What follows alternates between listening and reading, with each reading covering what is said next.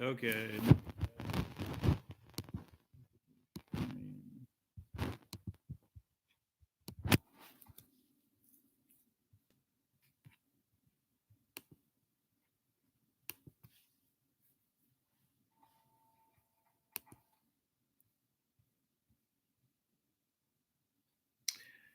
All right. Oh man, the internet's still really slow, so this just might not work today. Well, somebody's here, but okay. Let's just see if this worked. Check, check, check. I'm seeing Mike on mine. So okay. So I'm gonna jump back. This will be on the this will be on the page anyway. Where were we? I was I was answering the question about from Janet of like, do I ever have trouble coming up with ideas? So sorry, everybody that was watching that last live stream. It went south pretty fast, and I'm a little bit pressed for time now. So I'm just trying to answer a few questions. If anybody's in the live stream and wants to ask a question, feel free to pop in and ask. But yeah, do I ever run out of ideas? I just try to keep a lot of ideas, and then I try to record a lot. I don't necessarily always record episodes in the order they're released. So, for example, I might record 2 Ray episodes within a few weeks and then release them over like with 4 or 5 months between them. Or board game episodes. I recorded one this week. I may record another one this week or next week. TV episodes, ideally I'd record every week and then spread those out. But it's just a lot of like work of collecting ideas and brainstorming ideas and then having ideas that haven't quite gelled yet. I mean, I guess my thing is like, if I run out of ideas for the show over a long period of time, it would mean that it's probably time to like think about paring down the show or stopping it. Like, but that's not a problem right now. I mean, there'll be times I struggle a lot, but those aren't like it'd be like it might be something other than the podcast is like impacting it.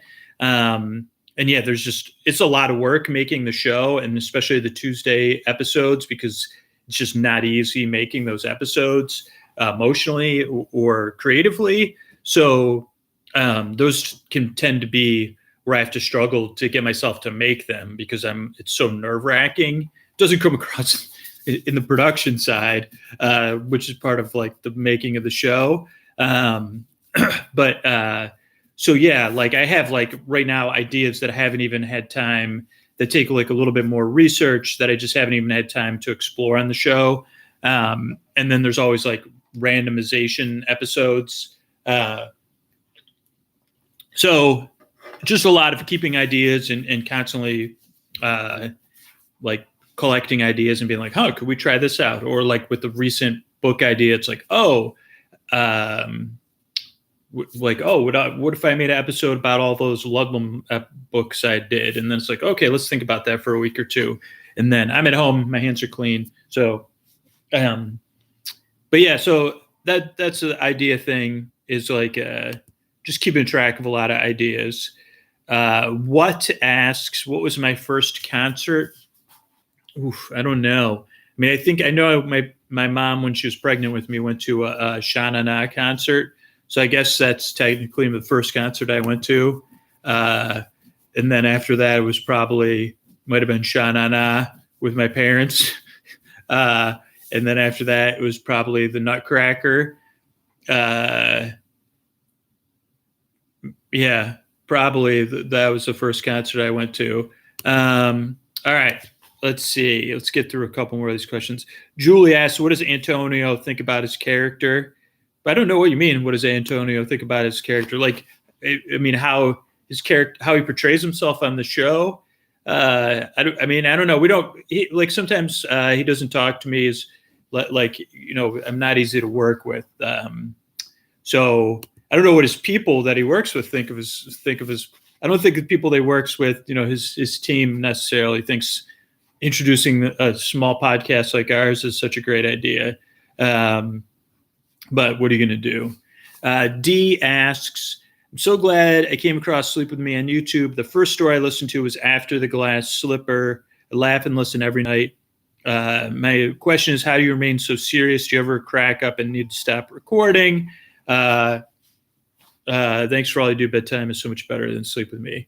I guess like for me, I guess like sometimes I'll laugh at stuff when it's pretty ridiculous.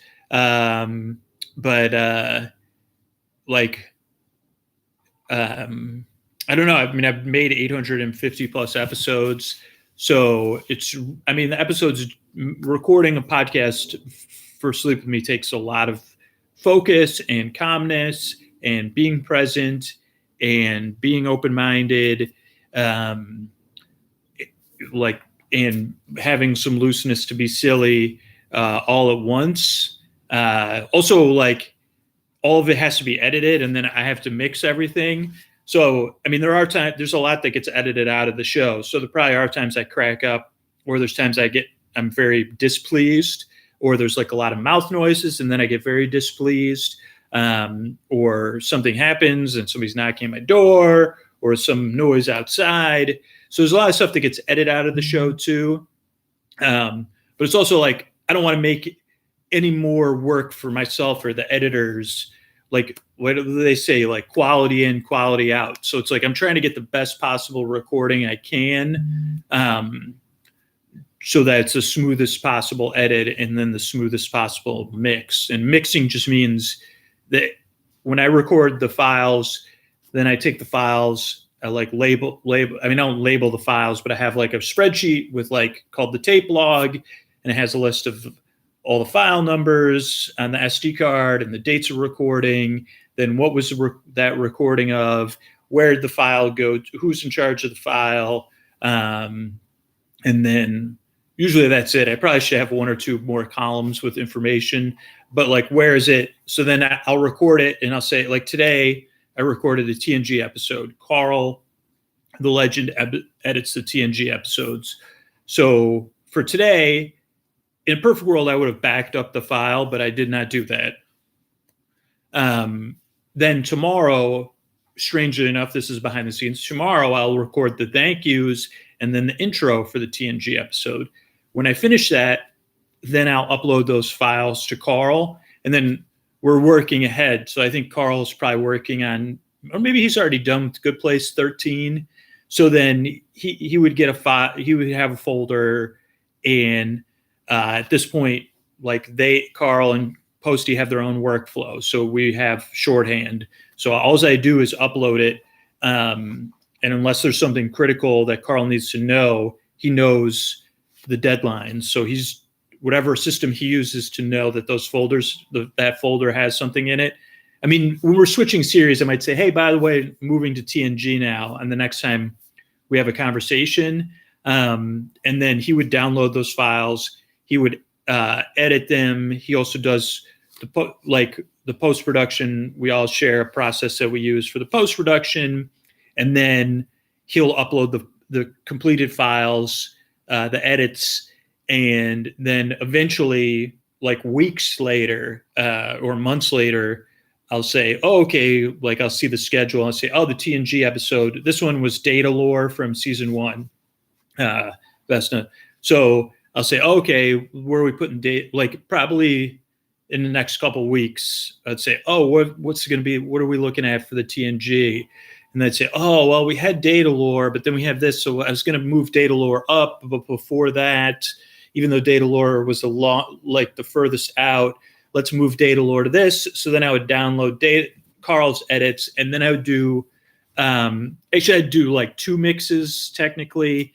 Right now, I'm trying to get my workflow to the point where I'm only mixing at one point. And what mixing means is, like, I take Carl's edits, they're edits, they're different files. So there's like for all the different parts of the show. And then I put them into my editing software, and he already has the post-production, which is like sound reduction and like all these things you do to make it sound better. So all I have to do is level, mix in the music, listen again, and then I do maybe a final edit, which is very basic unless Carl sent me a note and said, hey, notice, or if I say, hey, Carl, like I might be recording a show, but blah, blah, blah, blah, blah, blah, blah.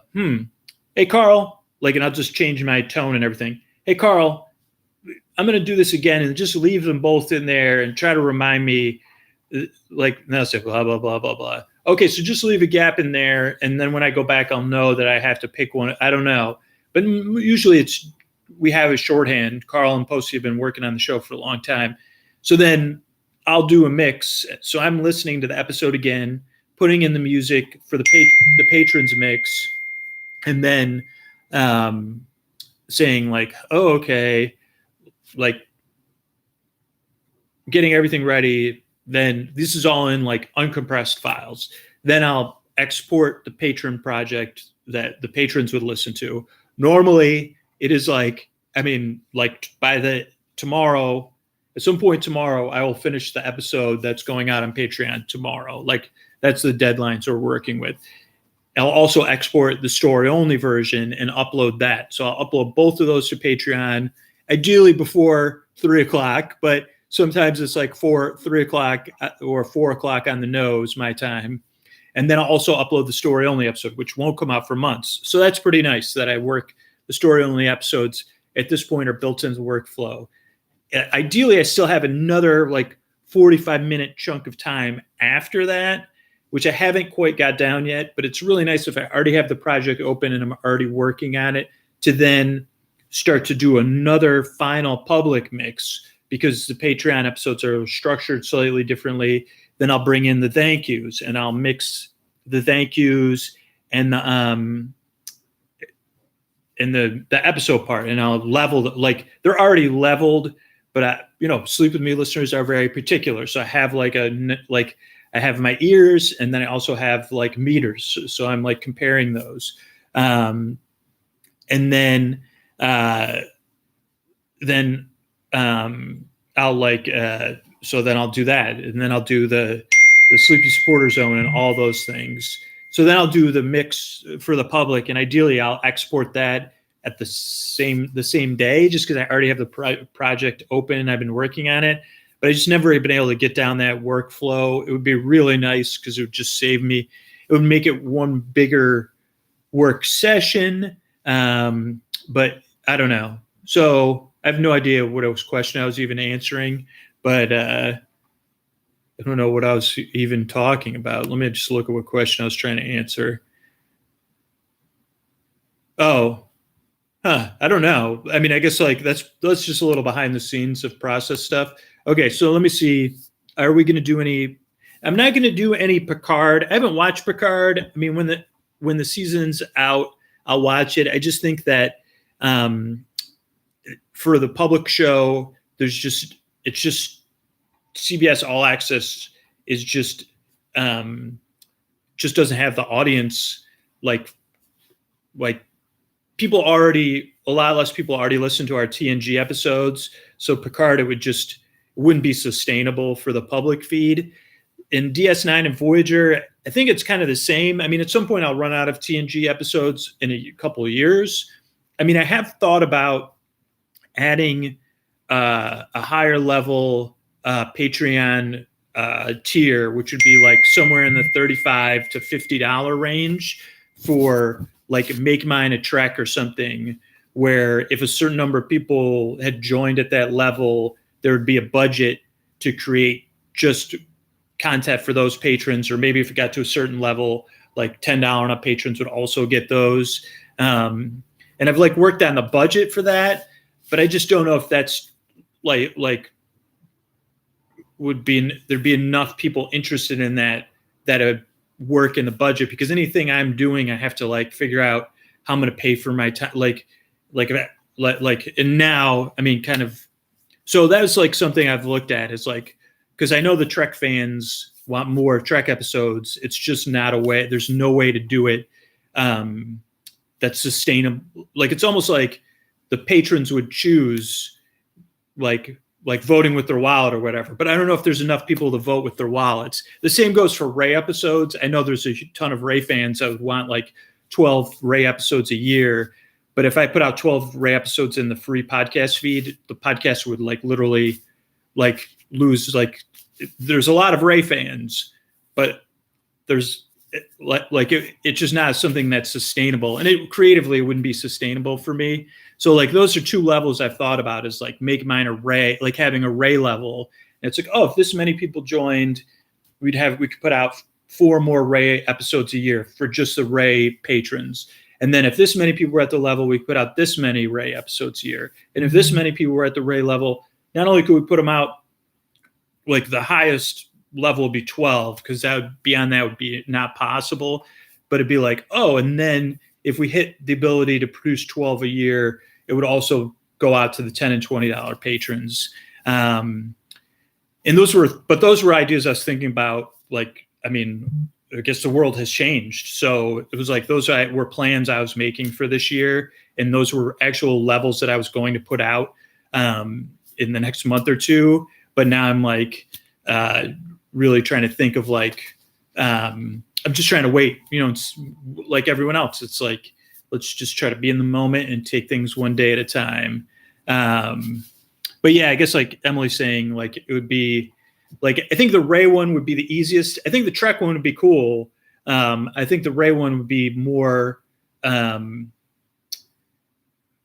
likely to succeed. But it would also be like, it is a different time now, because it would be like the budget would be built in so that there'd be other staff time. Because it'd be like, oh, if I'm going to work, if I was to make a Ray episode a month, like that's like a 30-hour monthly commitment or a 20-hour monthly commitment.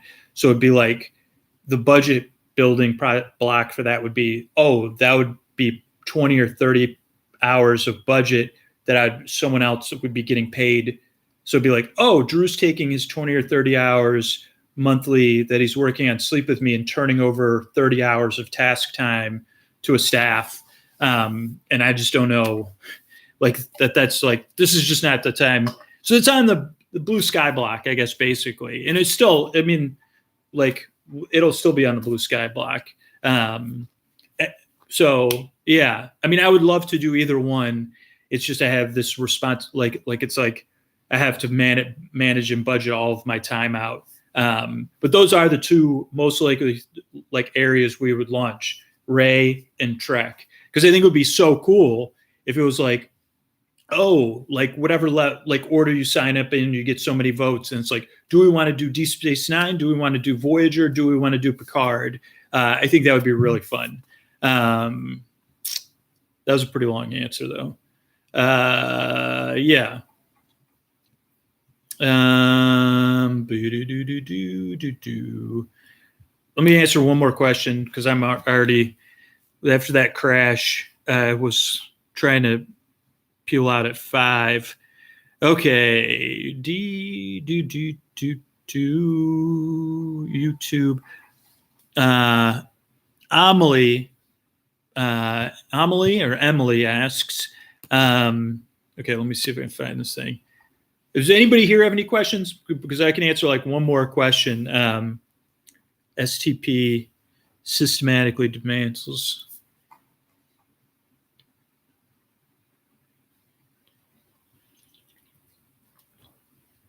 Wait, what does STP stand for?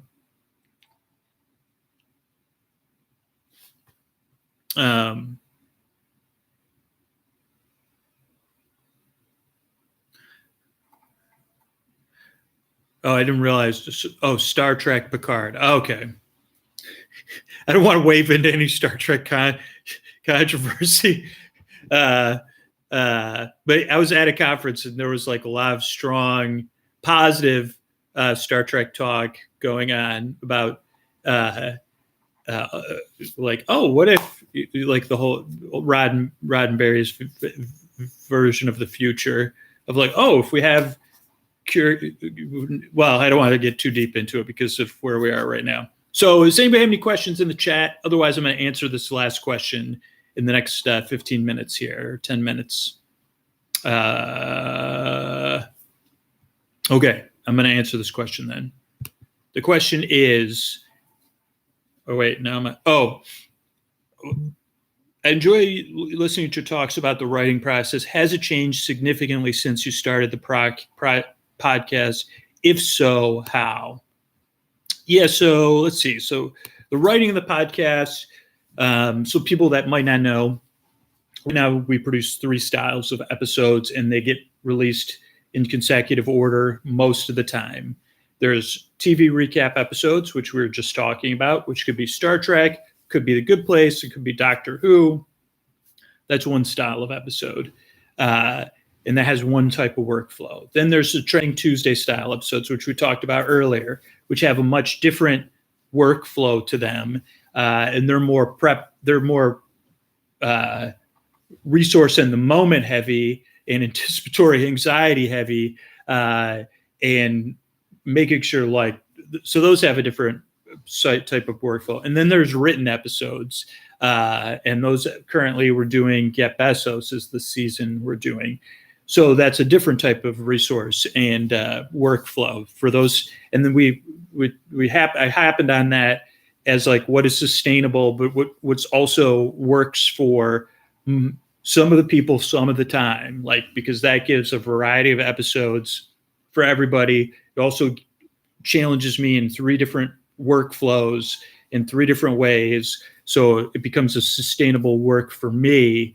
And it's creatively challenging in 3 different ways. So it's creatively stimulating in 3 different ways. So the written episodes have changed a lot. And I've mostly from hard lessons that so when I first started the show, I had no idea what I was doing, but I knew I wanted to put out episodes on a regular basis, and I just started putting them out. And then as I started putting them out, I knew I wanted to do some written episodes. And so then at some point I started putting out written episodes, and I did After the Glass Slipper was one idea.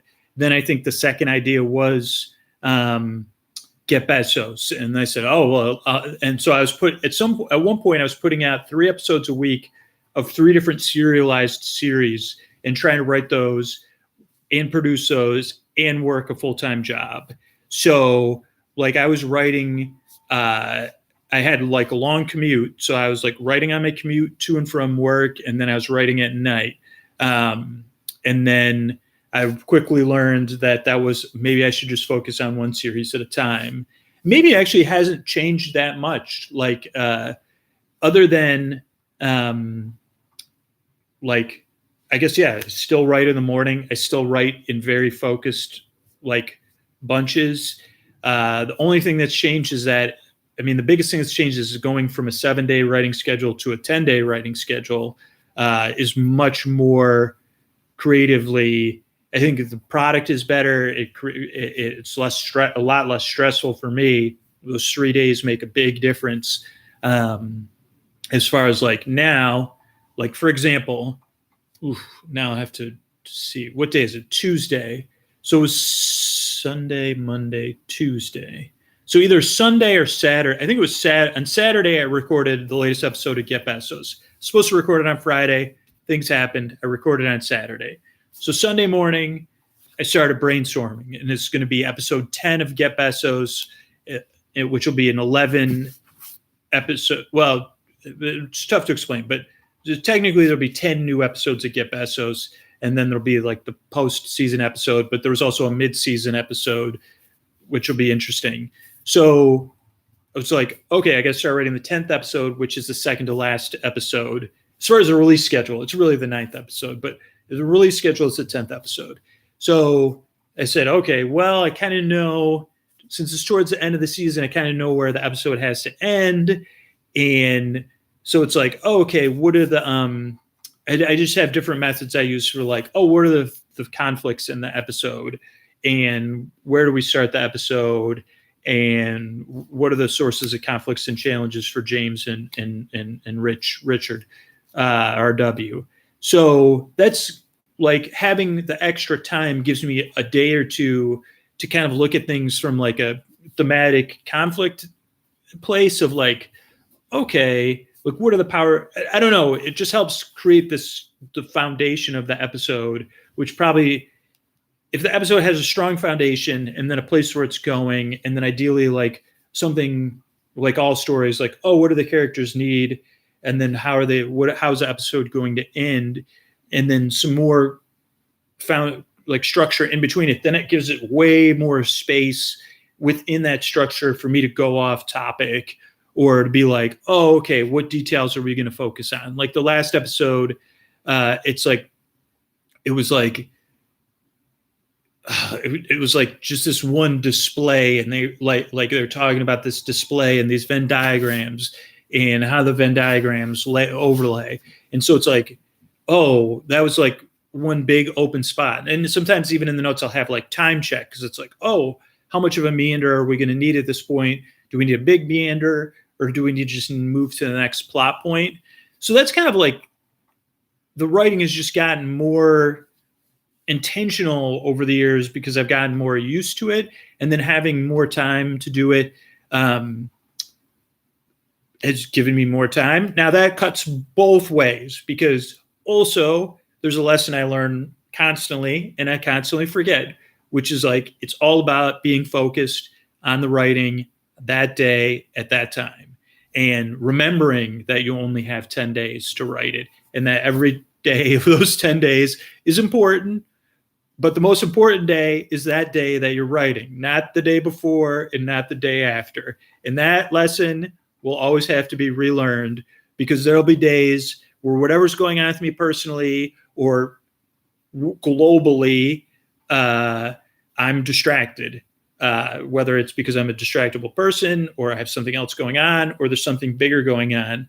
And I don't want to focus on working on the story for the 30 minutes I have set aside every day to work on it. And it's the first thing I do every day for work is write the written stories. Like after I do a couple personal things, ideally, and it works best, like people that follow the lenses, like when I write in my car, I drop my daughter off at school, I drive around the block, I park my car because traffic's so bad, I park right outside a park, and I write in my car for 30 minutes. And that works really good because there's still distractions. Like I'd still be like on my phone, be like, well, let me just check the news real quick. Oh, let me just check. Well, let me just, you know what? I was just wondering about this one thing. Let me just look that up. And so when I'm distracted, the writing's not going to be as good. And then I'm going to be stressed about the writing. And then I'm going to not want to write the next day because I'm going to be like so stressed about it. So usually in a 10-day period, those days are precious, but if I have a bad day or two, I can make up those days by being more focused on the other days. So where with a 7-day writing schedule, if you like, so 7-day schedule, literally, I don't have the seasons planned out. I used to try to do that, but I don't. So it's like, I got to break a story idea that I have to talk about for 50 minutes, in one day or 2 days, and then I have 5 days to write it for beginning to end. Not that it's all written, it's like soft scripted, there's dialogue and there's plot. I mean, lately that has changed. More and more of it is written out. If I get on a roll, like on day 4 or 5, I might write like 60 or 70% of the episode out. So I guess that's changed, but that doesn't change so much the process is in when I'm focused and feeling good. And I don't know, I think feeling good is another part. Like I feel good like more times than not. Maybe with Get Bezos, that is probably more likely that I feel good because I've written those characters a lot. And so I really feel comfortable writing for them and writing in their voices and knowing how, like if I can come up with a good conflict for them, then I know, like, for example, I mean, this season has like a very on the nose theme. So like, for example, one of the things they're dealing with, I think is the episode, maybe that comes out publicly tomorrow, about straws and people's strong feelings about straws. And so that's like, okay, they have to go somewhere and deal with a straw-based situation. I know how those two characters are going to deal with it. So it's like more, since I'm used to writing for those characters, I always look at the wrong place. Then it enables me to focus on like more like coming up with the conflicts and the situations that are going to be best. I don't know. Then it becomes enjoyable. Like think about Richard Warren Sears and how you'd react to a straw ban, and then making it creative. Like be like, well, what if he doesn't react in the way we expect. And then it's like, well, why wouldn't he react in the way we expect? Well, let's get to know him a little bit better. Well, so I don't know. Then it can be really fun. Let's see. Do I still write with paper and pen? Yep. Let's see what I got here. Oh, wait, is this?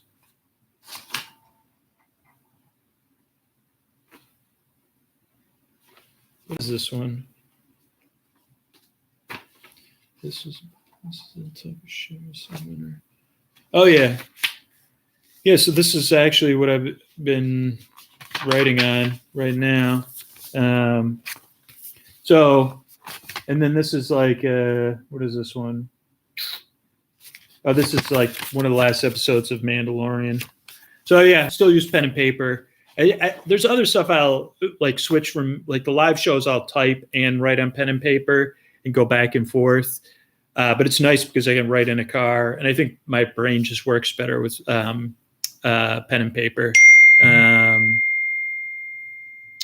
So yeah, and I mean, it's all about like, all this is just about like starting somewhere, and just oh yeah, see, like that's great that you recorded a podcast episode. Start with this. It's a good podcast about starting artistic projects. So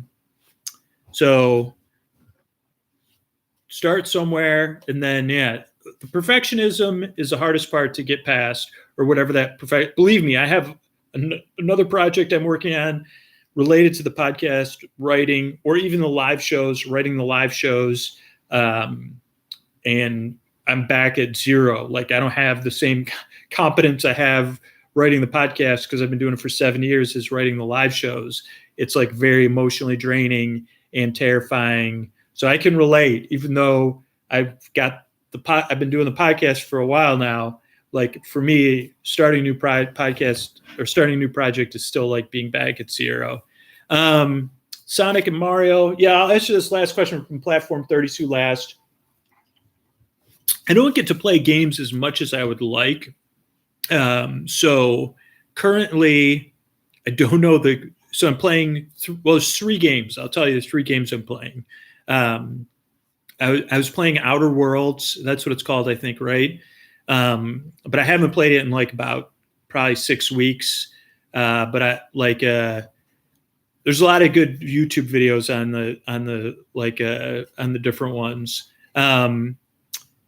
But so I've been playing Outer Worlds. Then I've been playing some other, it's kind of like a casual game, but it's on Xbox, because I signed up. I'd bought, like, actually it was a while ago, like on a holiday sale, like a year subscription to the Xbox the Game Pass. And so my daughter and I have been playing like a casual game, but I have no idea what it's called. You're both chefs on like flying pirate ships, and you're trying to fill orders. And I think it's like part 2. And it's a ridiculous time management and resource management game. Yeah, she's in my crew. And so that game I'm playing, and then almost every night I play one of the Risk clones against the computers, and they still beat me like 40% of the time. I don't know which Risk clone it is. I was trying to look it up. But that's like my guilty pleasure, is just playing these computers. Conquest, that's the Risk clone I play. So those are the only 3 games. Like I play the Risk clone game once a night. Well, not every night, but usually not at bedtime, but like, so that's like one of my guilty pleasures. So that's cool. I'll be back tomorrow. I honestly don't know if I'm gonna have internet or not. I'm gonna try to order a power, we call it power brick for this thing. Overcooked. That's the game. Yep, that's the one. Yeah. Hopefully my internet will hold up. I'm gonna unplug my modem now when I get off, and I'll probably be on.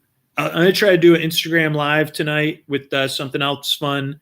I'll try to look at like streaming that too. I'm just worried about the bandwidth for patrons, but you can always check it on Instagram live.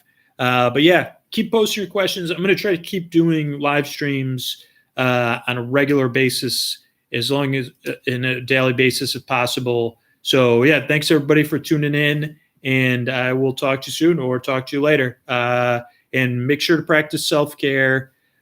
Reach out for help if you need it. Please. There's plenty of like wherever you are in the world, there's hotlines you can reach out to for help, or reach out and just offer to listen to someone or stay in contact by phone or whatever with people in your lives. All right, take care.